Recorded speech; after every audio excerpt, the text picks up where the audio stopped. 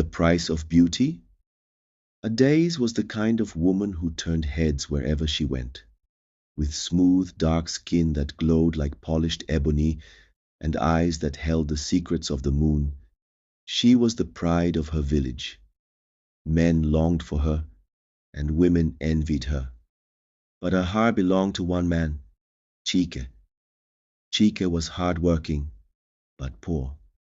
A carpenter's son, he struggled to make ends meet, while Adaise came from a family with modest wealth. Her parents disapproved of their love, warning her that love alone could not fill an empty stomach. But Adaise was stubborn. "I will stand by Chike, no matter what," she declared. But hardship weighed heavily on their marriage.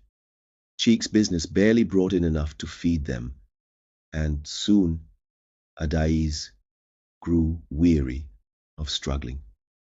She still loved her husband, but she wished for more: comfort, security, an escape from constant lack. One evening, as she fetched water from the river, a frail old woman stopped her.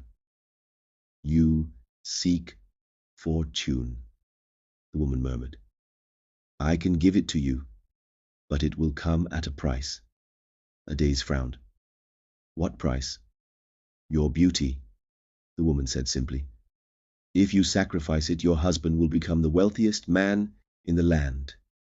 But once gone, it will never return." Adaise hesitated, but when she thought of Chike's struggles, of their empty pots and torn clothes, she made her choice. "I will do it." That night the old woman gave her a potion. "Drink this before sunrise," she instructed. Adaise did as told. At first she felt nothing, but by morning her reflection was unrecognizable. Her once smooth skin had roughened, her hair had thinned, and her radiant glow was gone. She looked ordinary. But as promised, Chike's fortune changed overnight. His business flourished, his name spread far and wide, and soon they moved into a grand home with servants. Gold dripped from his fingers, and powerful men sought his company.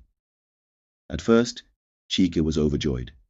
He kissed Adaise's hands and promised, "I will love you forever, no matter what." But as time passed, Adaise noticed the shift.